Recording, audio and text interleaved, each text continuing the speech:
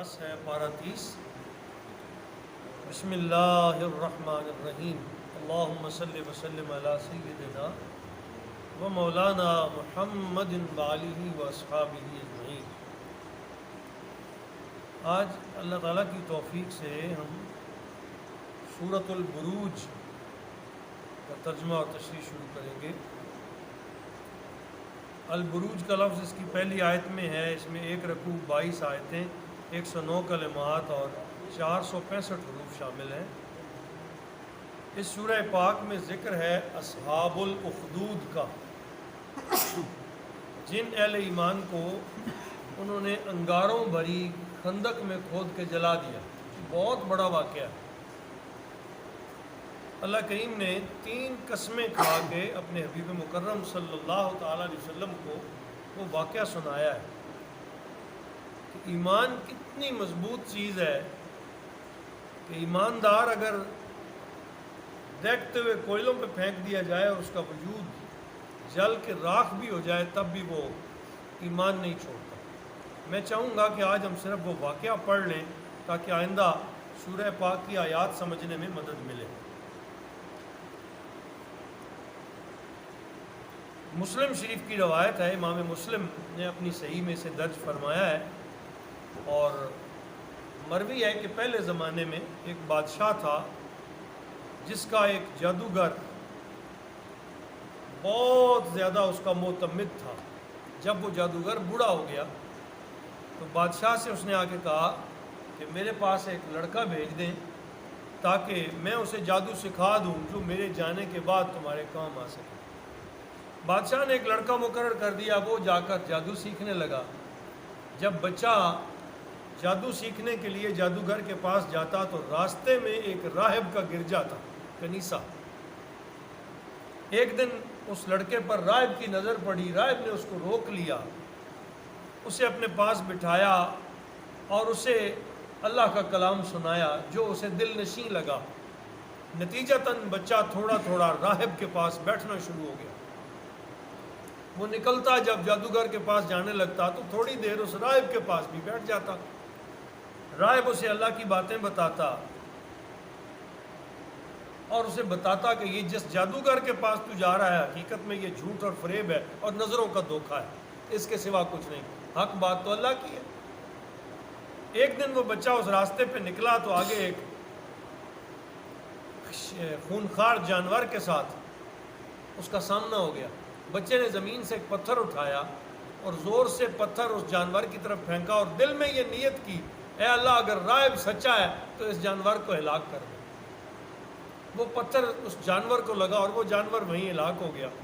بچے کو یقین ہو گیا کہ جو باتیں راہب کرتا ہے وہ سچی ہیں اور جو باتیں جادوگر کرتا ہے وہ جھوٹی ہیں۔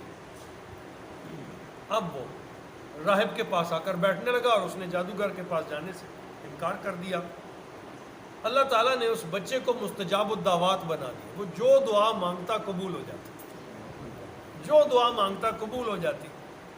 اس کی دعا سے کوڑے اندھے درست ہونے لگے، نابینوں کو بینائی ملنے لگی۔ بادشاہ کا ایک مصاحب، ایک وزیر نابینا تھا، وہ لڑکا آیا، اس نے دعا کی تو وہ اچھا ہو گیا۔ اللہ تعالیٰ نے وہ مصاحب جوں ہی اس کی آنکھیں واپس آئیں تو وہ اللہ پر ایمان لے آیا اور وہ بچے کے ساتھ مل گیا۔ بادشاہ کے پاس وہ وزیر پہنچا، جب اس کی بادشاہ نے دیکھا کہ اس کو تو آنکھیں مل گئی ہیں تو اس نے پوچھا کہ تجھے آنکھیں کس نے دی ہیں؟ تو مصاحب نے سیدھا سیدھا کہہ دیا کہ پیدا کرنے والے رب نے۔ اس نے کہا اچھا میرے علاوہ اور بھی کوئی رب ہے؟ اس نے کہا ہاں وہ جو لڑکے کا رب ہے۔ اس نے اس لڑکے کو بلایا، لڑکے سے پوچھا تو نے اس کو آنکھیں کہاں سے لے کے دی؟ اس نے کہا میرے رب نے دی ہیں۔ اس نے کہا اچھا میرے علاوہ کوئی اور بھی رب ہے؟ اس نے کہا ہاں بھائی رب تو وہی ہے، رب تو نہیں ہے، رب تو وہی ہے جو سب کو پیدا کرنے والا ہے۔ اس نے کہا تجھے کس نے بتایا؟ اس نے کہا مجھے راہب نے بتایا۔ بادشاہ نے نتیجتاً راہب کو بھی بلایا، اس مصاحب کو بھی بلایا اور آرا چلا کے درمیان سے ان کے 2 ٹکڑے کر چیر دیے، اور لڑکے کو اپنے 2 وزیروں کی ڈیوٹی لگائی اور ساتھ سیکیورٹی والے بھیجے کہ اس لڑکے کو پہاڑ کی چوٹی پہ لے جاؤ، اس کو اوپر سے نیچے پھینکو کہ اس کے ٹکڑے ہو جائیں۔ وہ اس کو پہاڑ کی چوٹی پہ لے گئے، بچے نے وہاں دعا کی، پہاڑ پہ زلزلہ آیا اور وہ چاروں لے جانے والے مارے گئے اور بچہ آرام سے اتر کے پھر بادشاہ کے پاس آ گیا۔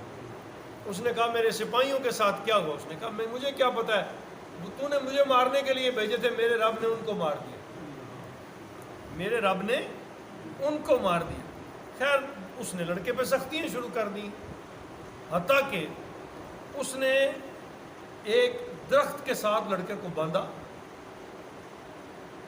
باندھنے کے بعد تیروں کی بارش کر دی، بچے پہ کوئی اثر نہیں، اللہ نے اسے بچا لیا۔ اب وہ اور زیادہ پریشان ہوا کہ کیا وجہ ہے کہ میرا کوئی گر بھی اس پہ کارگر ثابت نہیں ہوتا۔ آخر اس نے بچے سے پوچھا کہ تجھے مارنے کا طریقہ کیا ہے؟ انہوں نے کہا ہاں ایک طریقہ ہے، تم مجھے درخت کے ساتھ باندھو، جیسے تیر چلا رہے تھے ویسے ہی تیر چلاؤ اور ایک ہی تیر چلاؤ، لیکن تیر چلاتے وقت یہ کہنا اور اس سے پہلے اپنے سارے واریوں کو جمع کر، جو تجھے ماننے والے ہیں ان کو جمع کر لے، اور پھر تیر چلاؤ اور کہو رب بسم اللہ رب ھذا الغلام، میں اللہ کے نام سے شروع کرتا ہوں جو اس بچے کا رب ہے، پھر تیر چلانا، پھر میری موت ہو جائے گی۔ اس نے ایسے ہی کیا، جان چھڑانی تھی، تیر چلایا، لیکن تیر چلانے سے پہلے یہ کہا بسم اللہ رب ھذا الغلام، اس غلام کے رب کی بسم اللہ، اس کے نام سے شروع کرتا ہوں۔ تیر چلایا، وہ تیر کن پٹی پہ لگا، بچہ شہید ہو گیا۔ جو ہی بچہ شہید ہوا تو جتنی رعایا تھی ان سب نے کلمہ پڑھ لیا۔ انہوں نے کہا بادشاہ تو جھوٹا ہے، اس بچے کا رب سچا تھا کہ اسے یہ یوں تو نہیں مار سکا، اس کے نام پہ مارا ہے۔ اب وہ بادشاہ کے لیے تو اور تماشا بر، اس کے لیے اور مشکل ہو گئی کہ اس کے ماننے والے سارے فالور نے کلمہ پڑھ لیا۔ اس نے کہا ان کا بھی کرتا ہوں۔ اب اس نے کیا کیا، اس نے خندق کھدوائی اور خندق میں آگ جلا دی اور اس آگ کو خوب دہکنے دیا۔ جب وہ خندق کھد گئی اور خوب اس میں آگ دہک اٹھی، اس نے کہا یہ جتنے ماننے والے ہیں ان سب کو خندق میں پھینک دیا، اور اس نے جیتے جی ان کلمہ گوؤں کو آگ لگا دی۔ اس سے بڑا ظلم کیا ہو؟ وہ سارے جل گئے، لیکن انہوں نے اس بادشاہ کی بات نہیں مانی اور اسے خدا نہیں تسلیم کیا۔ یہ ایمان کی وہ حلاوت تھی، یہ ایمان کی وہ حدت تھی کہ جب یہ آ جاتی ہے تو پھر وجود قربان ہو جاتی ہے، پھر انسان کو اپنی ذات کا کوئی ذرا برابر بھی دکھ نہیں ہوتا۔ حتیٰ کہ ایک عورت لائی گئی جس کی گود میں بالکل شیر خوار بچہ تھا، وہ بھی ان کے ساتھ کلمہ پڑھ چکی تھی۔ جب اس کو پھینکا جانے لگا تو وہ تھوڑا سا جھجکی، تھوڑا سا ڈری عورت تھی، تو بچے نے گود سے کہا ماں صبر کر، نہ جھجک، تو سچے دین پر ہے۔ وہ بچہ اور ماں بھی آگ میں کود گئے اور انہوں نے بھی اپنی جان اللہ کے سپرد کر دی۔ اس بچے نے جب یہ گواہی دی، وہ بچہ جو ابھی بولنے کی عمر کو نہیں تھا، اب اس بادشاہ کے دل کو لگی واقعی جو میں کر رہا ہوں وہ تو غلط ہے۔ ایک چھوٹے بچے شیرخوار سے لے کر بزرگوں تک سارے اپنی جانیں دیں گے، آخر کیا بات ہے؟ اللہ کریم نے یہ واقعہ اپنے حبیب کو سنایا کہ میرے رسول صلی اللہ علیہ وسلم زیادتیاں تو آپ پر بھی ہو رہی ہیں، اور مکہ والوں نے کوئی یہ یعنی اس دور میں یہ سورہ پاک نازل ہو رہی تھی جس دور میں مکہ نے ظلم کی آندھی چلائی ہوئی تھی، اور قریش مکہ سرکار دو عالم صلی اللہ علیہ وسلم پر اپنے ظلم کا ہر تیر چلا رہے تھے۔ کہا میرے حبیب دور تو ایسے ایسے بھی گزرے ہیں، دور تو ایسے جب ظلم کی انتہا ہوگی، جیتے جی زندے لوگوں کو آگ میں جلا دیا گیا، ان کے سر پہ آرے رکھ کے چیر دیا گیا، لیکن انہوں نے اللہ کا نام نہیں چھوڑا۔ آپ اور آپ کے غلام جو آپ کے ساتھ ہیں انہیں یہ واقعہ سنائیے اور انہیں بتائیے کہ اللہ والوں کا حال کیا ہوتا ہے، وہ سختیاں برداشت کرتے ہیں، اور مکی دور واقعی سختیوں کا دور ہے۔ اللہ پاک ہم سب کو بھی سمجھ عطا کرے۔